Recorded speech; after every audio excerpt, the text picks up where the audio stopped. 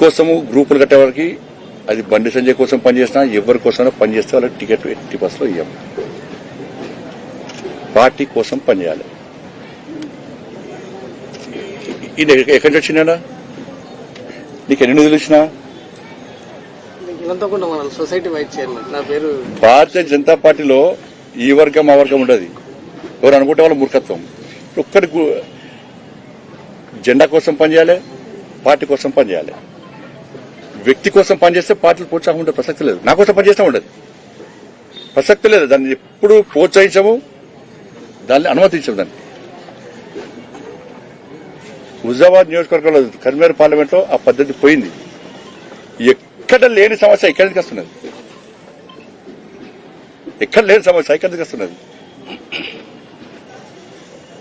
కానీ ఎవరైనా కూడా ఎవరి రాజకీయ భవిష్యత్తు మనం కష్టపడి ఇప్పుడు గట్లంటే బండి సంజయ్కి పార్టీకి హుజరాబాద్ లో తక్కువ ఓట్లు రావాలని కొంతమంది పనిచేసినారు. వాళ్ళ టికెట్ ఇవ్వమంటారా? చెప్పు, ఇవ్వమంటారా వాళ్ళ టికెట్లు? అంతా కష్టపడి పనిచేశారు. వీళ్ళు ఏ వర్గం? ఈయన ఎవరు ద్వారా చేయండు? ఈయనకి ఎందుకు ఇస్తున్న నిధులు? వీళ్ళకి ఎందుకు ఇస్తున్నా? వీళ్ళకి ఎందుకు ఇస్తున్న నిధులు?